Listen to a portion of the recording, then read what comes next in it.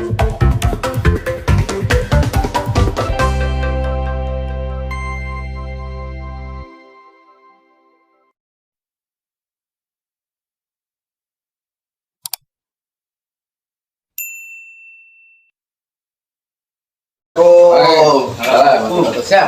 Alhamdulillah sehat Kak. Alhamdulillah. Siap. Alhamdulillah. Ayo silakan duduk. Assalamualaikum. Ayo silakan duduk.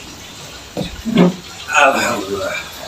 Gimana kabar? Alhamdulillah baik. Lama ya Kak belum Kak? Iya, lumayan.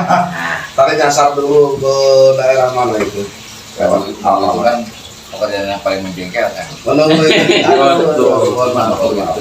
Sebentar terasa lama kalau nunggu kan.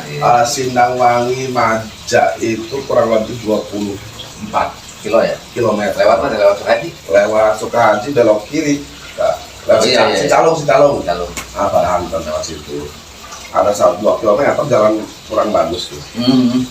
Tapi pas dari Padahanur ke sini lumayan ya. Dan Cicalung tuh Kak, dari pas dari Cicalung yang Ciomas Santi Aspal mau. Nah, udah mulai bagus ya. sampai ujung Ciomas ya. Iya. Alhamdulillah. Padahanur ini masih jelek, posisinya alhamdulillah. Terus tadi lihat map, aduh, kata saya teh, ini kelewatan kayaknya nih, makanya saya tadi ke depan itu dulu, ke DTC dulu. DTC alhamdulillah sampai juga gitu. Jadi sebetulnya juga ada itu kan toko cek ya. Tetap aja. Itu kan punya saya. Sebelahnya ada Elgim. Iya. Itu saya juga. Itu juga punya apa kedua? Makanya saya kalau itu aja olahraganya game aja. Iya. Luar biasa emang. Luar biasa. Jadi sengaja suruh itu barangkali malam atau kamu lewat kan. Iya, insya Allah. Kalau nggak tahu gini kan kita juga, ya sama bapak sendiri lah kan gitu. Jelas tempatnya kan. Cuma ya maaf karena tempatnya kayak begini. Sampai udah kayak itu. Iya.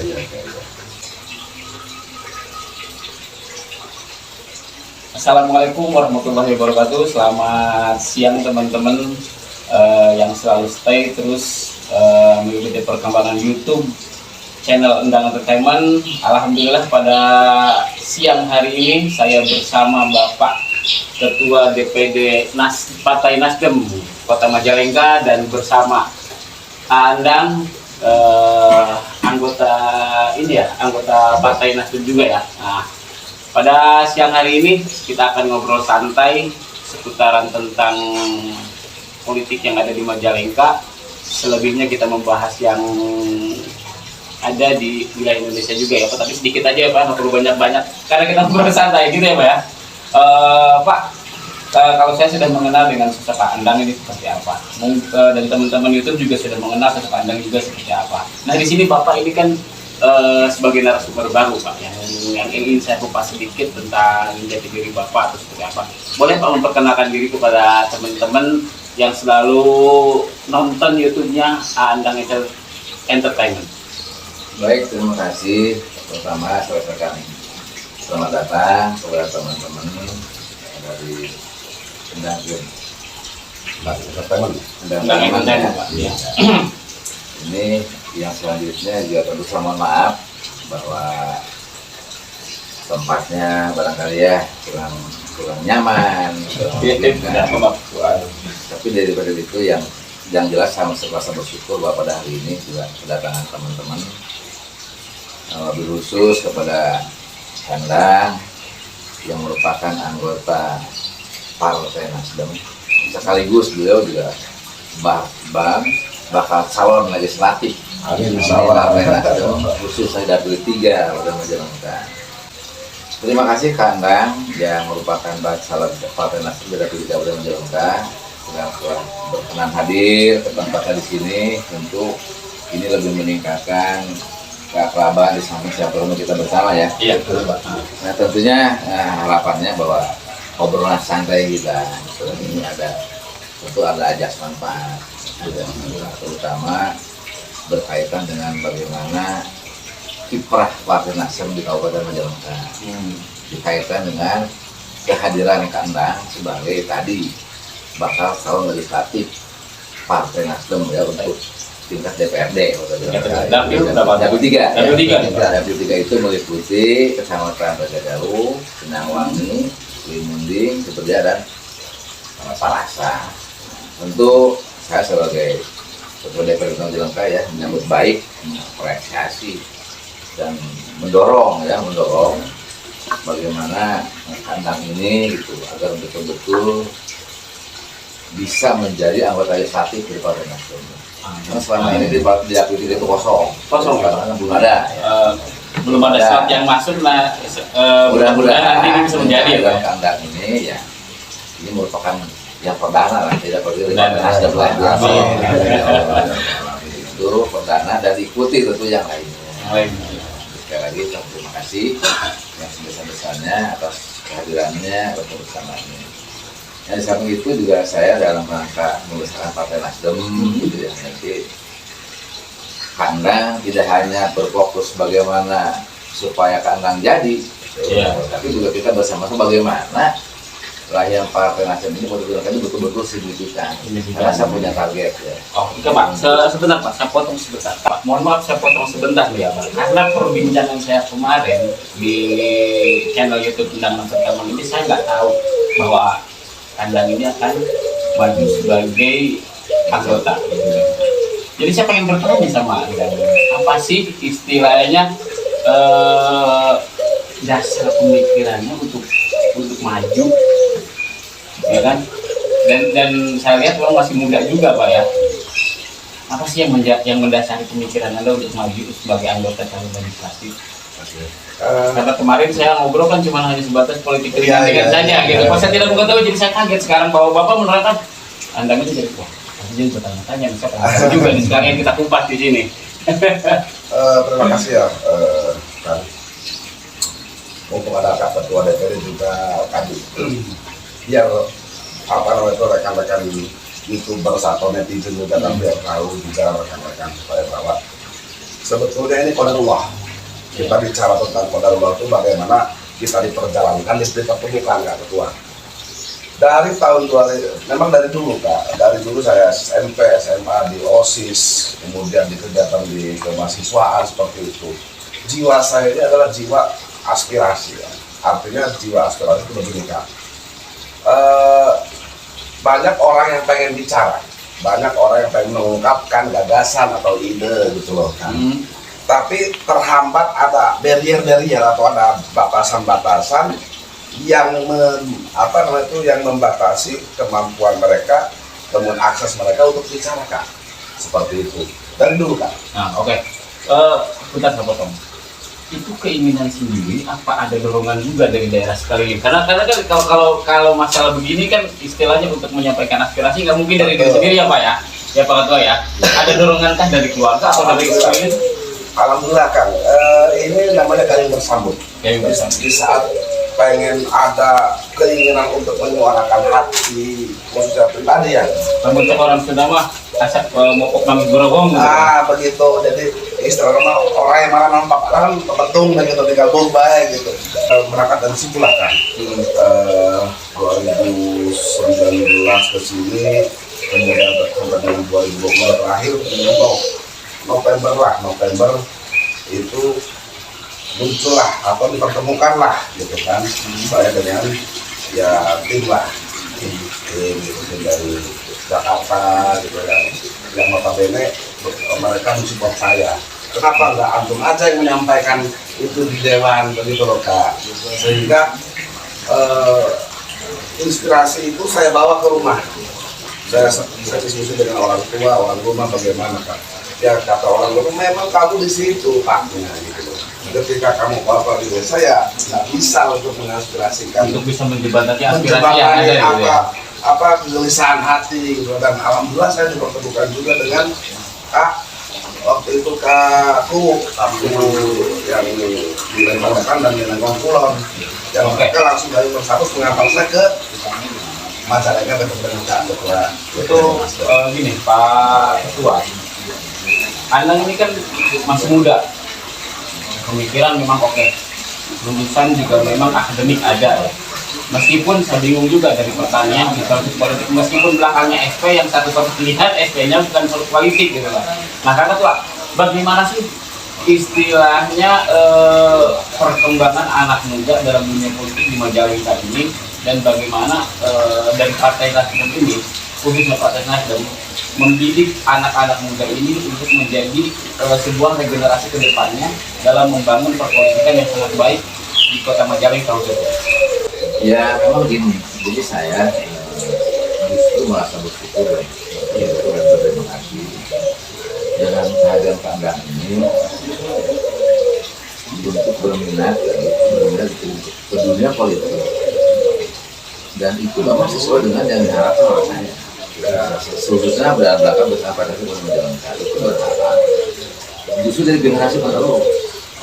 Kan karena itu kan saya relatif muda, kan sudah pemikirannya bagaimana dia ingin berkontribusi terhadap bangsa dan negara, terutama untuk masyarakat boleh menjalankan. Saya kira harapan kandang ini menurut saya tepat, dia berjuang di dunia politik. Tidak mesti kita selalu mengambil usaha atau PNS. Saya kira banyak untuk terbuka untuk pengabdian kita kepada masyarakat. Itu yang saya sangat bersyukur ya. Artinya mungkin kandang ini termasuk yang paling muda ya di antara caleg-caleg yang terdaftar di Nasdem menjalankan, ini yang termuda. Ini sekali lagi saya tadi berharap bahwa kehadiran beliau ini memicu, memotivasi yang lain, generasi muda yang lain. Karena yang kita butuhkan juga orang kaum milenial itu yang mulai tumbuh lah, bagaimana bisa berpolitik ya, berpolitik secara jangan hanya jadi penonton saja, langsung terjun. Bagi anak muda sebagai penyemangat, bagi orang tua sebagai cambuk, Itu lebih baik lagi gitu ya, Pak. Ya, itu sangat positif untuk regenerasi ya, regenerasi ke depannya. Kita tentu sebagai orang tua yang lebih tua ya bimbing lah bagaimana gitu ya, generasi juga supaya muncul, supaya tumbuh gitu, di politik. Jangan alergi terhadap politik lah gitu, jangan ada pesan negatif politik itu kan sebetulnya. Ini bagus, apalagi dengan latar belakang tadi keinginan yang begitu mulia, saya kira kita patut mendukung, mensupport ya apapun yang dibutuhkan oleh beliau. Tentu saya akan memberikan support ya, kepada siapapun nanti ya, yang orang ikut berpartisipasi politik tahun 2024 itu. Tentunya ada beberapa saran yang ingin saya sampaikan. Iya. Jadi kandang segera mulai melakukan sosialisasi, kemudian melakukan konsolidasi ya, terutama mulai membangun silaturahmi lah dengan seluruh masyarakat. Saya membangun circle Pak untuk itu. Khususnya terutama untuk masyarakat yang ada P3 ya, tentunya silakan. Karena kan kita tidak cukup dengan niat saja, itu dengan niat saja. Dari tadi perlu kerja keras, gitu ya, kerja keras, kita kerja harus tuntas ya, bahkan harus ikhlas ya. Jadi tahapan-tahapan itu mestinya segera dirintis, yang dirintis, manfaatkan waktu sebaik-baik mungkin. Mumpung kita masih ada tahapan-tahapannya kan sudah mulai dilaksanakan. Tentu tadi harapannya adalah apa yang diinginkan oleh Anda selaku individu ya, tadi dari wakil rakyat, apa yang diharapkan oleh saya selaku Dewan Pimpinan Daerah Nasdem menjalankan ya, itu bisa tercapai. Jadi bahwa kandang setelah kembali duduk di legislatif, saya ingin mendapat anggota legislatif yang sebanyak-banyaknya, bahkan target kita itu mendapatkan 7 kursi ya, 7 kursi. Target mudah-mudahan 2024 Pak ya. Itu mudah-mudahan kita terwujud. Amin. Amin. Seperti itu kita Nah, harapannya. oke Pak. Harapan dari Pak Ketua sudah ada. Nah, bagaimana jawaban Anda sebagai yang diharapkan untuk bisa maju gitu kan? Nah, langkah apa aja sih yang sudah kandang persiapkan? Tapi jangan terlalu banyak-banyak dikupas di sini karena itu kan rahasia perusahaan. Ya. yang garis besarnya aja apa sih yang udah dilakukan demi mendukung juga Partai Nasdem untuk elektabilitasnya naik juga gitu kan, dan istilahnya bisa membanggakan Partai Nasdem yang ada di Majalengka serta nasional. Begini Kak, yang pertama dengan bergabungnya saya ke Nasdem diharapkan mudah-mudahan nih saya pribadi bisa mewarnai DPD Nasdem Majalengka ini dari segi khasanah, wawasan, kemudian juga gender, kemudian juga latar belakang keilmuan serta background kita, sehingga di DPD Nasdem itu punya warna corak. Yang pertama, yang kedua otomatis sebaliknya dari kami pun menginginkan bahwa ketika kami di Nasdem itu memberikan sebuah kontribusi yang positif, Kak. Artinya asupan-asupan, masukan-masukan yang positif itu sangat perlu untuk kita berkolaborasi. Ya. Sehingga ide-ide yang ada di kepala saya, di hati saya, kemudian juga apa yang terjadi di masyarakat, karena kebetulan saya sering bergaul dengan di grassroots gitu, Kak. Sehingga apa yang menjadi polemik ataupun suara hati rakyat di bawah itu bisa terangkat dan tersampaikan gitu, kan. Melalui apa yang melalui di Partai Nasdem ini, dengan cara apa? Dengan cara menjadi calon legislatif. Kemudian langkah-langkahnya ya yang pertama jelas kita sosialisasi keluarga, kemudian juga teman dekat, termasuk juga kami akan fokus di beberapa desa dan kecamatan saja, karena kita juga menghargai, Kak. Itu saja saya pribadi menghargai rekan-rekan yang mencalonkan diri dari dapil dengan dapil yang sama tapi berbeda kecamatan dan desa, sehingga ya itu saya ada etika secara tidak tertulis untuk menghargai itu.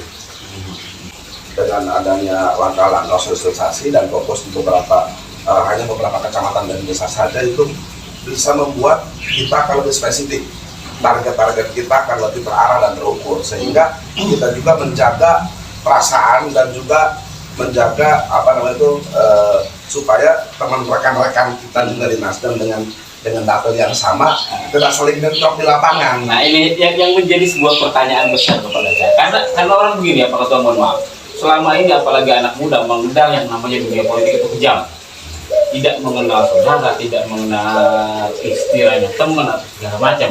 Nah di sini kok tadi sebenarnya harus ada etika politik.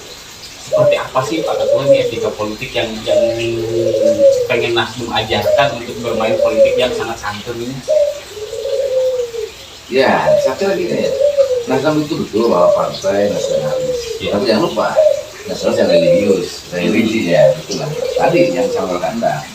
Salah satu buktinya adalah tidak menggunakan segala cara, etika masih dipakai, perasaan masih digunakan. Tapi yang penting adalah bagaimana tadi tujuan karena secara pribadi tercapai, begitupun kawan juga sama. Nah itu kan sebuah situasi yang baik ya, saya kira yang baik. Nah saya bersyukur, merasa bangga ini bersama yang muda, gitu kan? Itu ini orang muda kan mereka udah dewasa itu. Sebagai influencer gitu ya, memberikan contoh yang baik, bangga agar sehingga kesan tadi berpolitik itu kejam, kotor, curang itu nggak muncul. Itu kan sebuah edukasi yang positif kan menurut saya. Iya betul. Ini juga harapannya nanti bisa menjadikan diikuti bagi teman-teman Basel yang lain ya.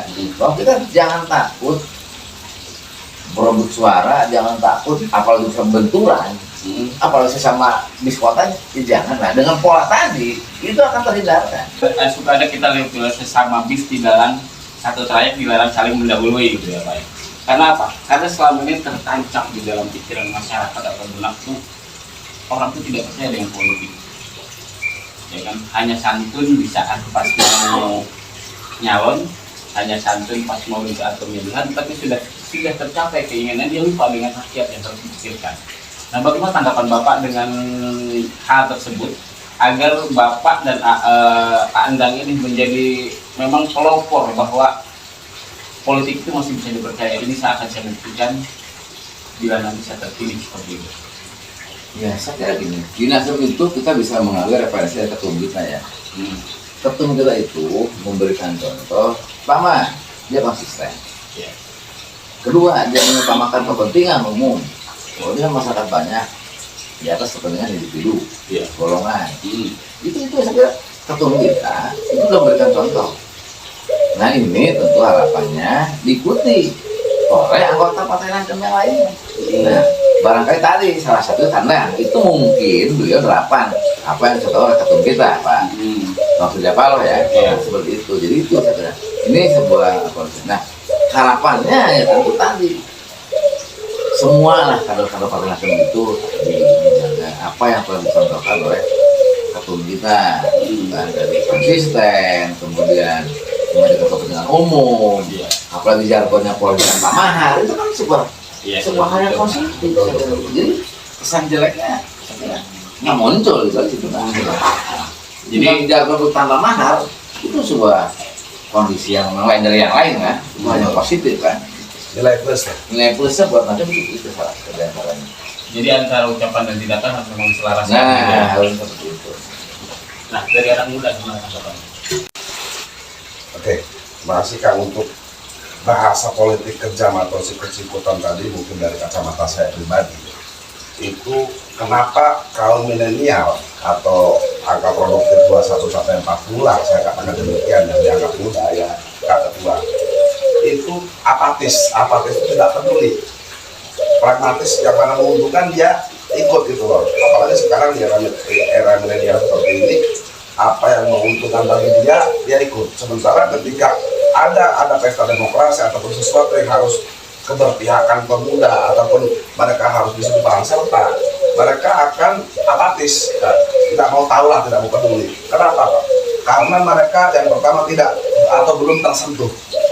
Nah itu dia yang belum tersentuh. Kemudian yang kedua tidak diajak gabung juga secara apa? Secara sosialisasi yang belum masuk ke tanah itu. Yang ketiga kita harus bisa memfasilitasi apa kemauan mereka. Jadi harus masuk dulu ke ranah mereka. Betul. Kalau kita mau jadi anak muda, kita jadi anak muda, posisikan sebagai mereka. Jangan sampai kita dengan anak muda itu ya datang kalau ada maunya aja Kak. Nah, atau kita silaturahmi per 5 tahunan seperti itu. Itu yang sangat jauh dari angan-angan saya. Karena memang tadi disampaikan di awal bahwa bapaknya yang santun kalau mau pemilihan. Kemudian kalau setelah pemilihan mau alam bisawab gitu kan. Itu yang jauh dari angan-angan saya. Kenapa? Karena kita orang lapangan. Kami itu gaul dengan Pak geng motor kan. Kita gaul juga dengan para game online, yang para gamer itulah anak muda itu. Yang notabene mereka pemilih pemula, lulus SMA, yang baru dapat KTP kayak gitu. Ketika kita ajak ngobrol, mereka siap pandang apa? Karena kita fasilitasi ngobrol. Nah, ini yang bisa jadi juga naik atau menurunkan sebuah popularitas. Tadi Anda mengenal dengan yang namanya geng motor, kenal dengan yang namanya yang notabene bla bla bla segala macam. Mungkin sama orang yang udah kenal itu namanya berangkat untuk mengarahkan tema kita. Tapi kan kalau yang notabene baru melihat, wah ya ini yang nyawa nih, kok gaulnya sama anak geng motor lagi gini. Nah bagaimana cara mengatasi itu? Tergantung perspektif ya Kak Ketua, semua itu tergantung dari perspektif cara pandang orang. Kita itu bergaul bergaul dengan tukang minyak wangi katanya jadi ikut wangi. Bergaul dengan tukang tinja ikut bau tinja, kan nggak begitu juga. Disitulah namanya ada prinsip. Prinsip itu yang tidak akan merubah seseorang ketika dia masuk ke circle yang baru. Disitulah kita bikin sebagai influencer. Harapan kita anak-anak muda ataupun golongan-golongan yang berbeda-beda dari bawah ke atas segala macam termasuk berbagai kalangan, itu kita bisa masuk dan bisa tahu apa sih yang mereka inginkan, apa sih yang menjadi betul-betul mimpi mereka selama ini, khususnya untuk Sindangwangi. Kenapa Sindangwangi itu bertahun-tahun ada perwakilan dewan, tapi tidak bisa menyuarakan. Saya nggak sebut nama, mohon maaf, tapi tidak bisa menyuarakan. Keluh kesah itu masuk ke kuping saya, gitu loh. Dan mudah-mudahan Allah mengizinkan Kak Ketua, mohon doa restunya. Jadi 2024 ketika Allah memberikan amanah dari itu kepada saya untuk duduk di Dewan Majalengka ya, dari Partai Nasdem kita akan bersuara Kak. Yang namanya restorasi itu kita suarakan di situ.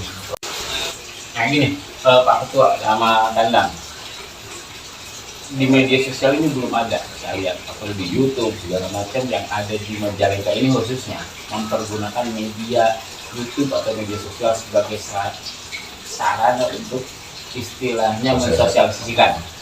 Apakah ini langkah original dari Ketua sama Anda atau gimana? Silahkan dari Pak Ketua terlebih dahulu. Ya saya kira begini. Ini sekarang kan sudah eranya era digital. Digitalisasi ya. Nah kami DPR Nasdem itu tentu mengikuti perkembangan zaman. Karena partai itu kan partai modern ya. Iya, partai modern kan. Salah satunya adalah dengan hadirnya tadi channel entertainment. Iya. Nah ini kan salah satu cara bagaimana tadi kita meningkatkan popularitas, elektabilitas yang baik. Baca lagi termasuk partai Nasdem itu sendiri. Iya kan. Ini hal yang positif dan betul. Sepengetahuan saya ini baru terobosan baru Partai Nasdem aja yang Majalengka ini. Jadi saya kira ya tadi kita karena udah partai-partai modern. Nah, seleksi modern itu kan tadi penyesuaian dengan perkembangan zaman kan. Jangan sampai partainya modern, pikirannya masih belakang gitu ya, Pak. Tujuannya tetap adalah bagaimana kita popularitas, elektabilitas. Yang dikejar itu ya, Pak. Ya, itulah itu harapannya. Itu saya kira ini hal yang positif ya, hal positif yang memang harus kita terus dukung ya bagaimana keadaan ini. Dan tidak untuk kemungkinan nih bacal-bacal Nasdem yang lain mengikuti kiprah ini. Iya, gitu kan. Itu harapannya kan seperti itu. Itu barangkali yang dapat saya sampaikan. Nah, kalau sebagai anak muda nih, tujuannya menggunakan media sosial sama YouTube ini untuk apa? Nah, itu menjadi sebuah peluru bagi Anda itu sebagai media sosial itu apa sih? Apakah karena Anda ini anak muda atau gimana gitu kan? Justru gini Kang, di Nasdem itu kita ada namanya salam restorasi. Ya kayak jawabannya Nasdem. Dan restorasi itu sendirilah salah satu pengejawantahannya, yaitu dengan terobosan inovasi, termasuk dengan adanya channel YouTube Endang Entertainment ini.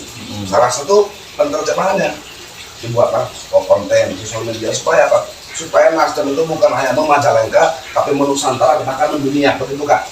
Inilah salah satu bentuk dari namanya salam restorasi. Kita merestorasi semua yang ada di sistem kita dari mulai DPD ya Kak ya, bersama dengan Kakak Ketua DPD. Kami mohon doa terus-menerus dari Kakak Ketua DPD supaya apa yang menjadi jalan ataupun ya saya mohon dukungan dan doa dari Kakak Ketua DPD Majalengka untuk selalu membimbing kami yang muda, dibimbing oleh yang senior, kemudian bagaimana kita bisa kolaborasi dan pola kaderisasi yang terjadi di Nasdem ini akan terus berputar sampai dengan tadi harapan Kak Ketua ini adalah bakal bibit-bibit calon-calon untuk penerus dari Nasdem di Majalengka. Begitu Kak.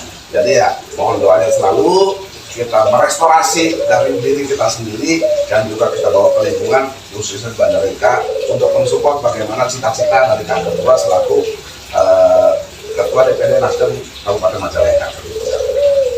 Pak Ketua, langsung aja pesannya untuk channel Endang Entertainment itu seperti apa? Silakan.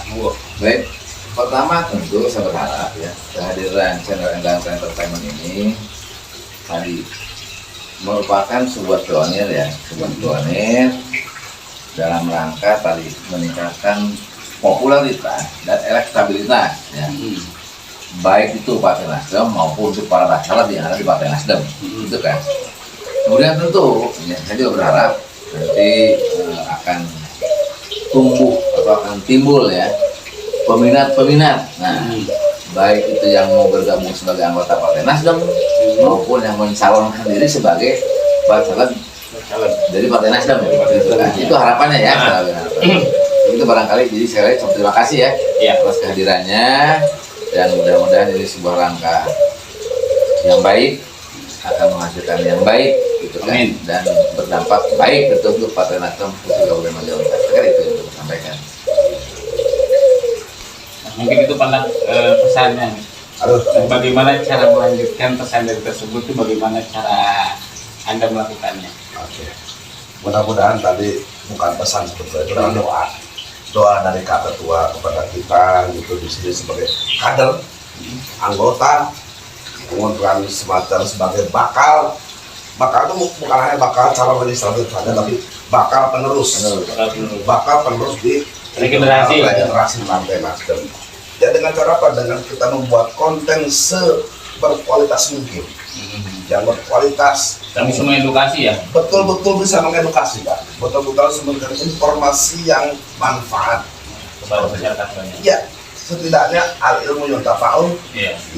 Nah itu jadi itu kita setidaknya memberikan ilmu yang bermanfaat supaya apa? Ya lumayan lah berjariah.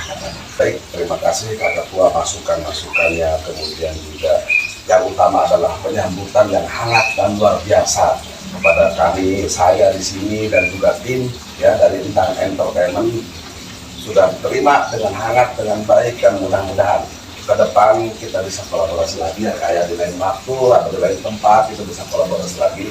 Yang utamanya adalah memberikan info-info yang bermanfaat dan mudah-mudahan sebagai langkah restorasi Nasdem untuk di era digital ini. Ya begitu Kak, kami satu tim ya mohon pamit. Kang Ketua kita akan lanjutkan perjalanan lagi ke tempat berikutnya. Dan untuk para pecinta channel Endang Entertainment, jangan lupa like, share, komen, dan subscribe channel Endang Entertainment.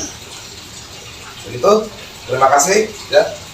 Saya Endang Jero Asikin dan juga Kak Ketua Bapak Haji Alimuddin selaku Ketua DPD Kabupaten Majalengka Nasdem, dan juga Kang Riki Kusmayadi mohon undur diri. Assalamualaikum warahmatullahi wabarakatuh.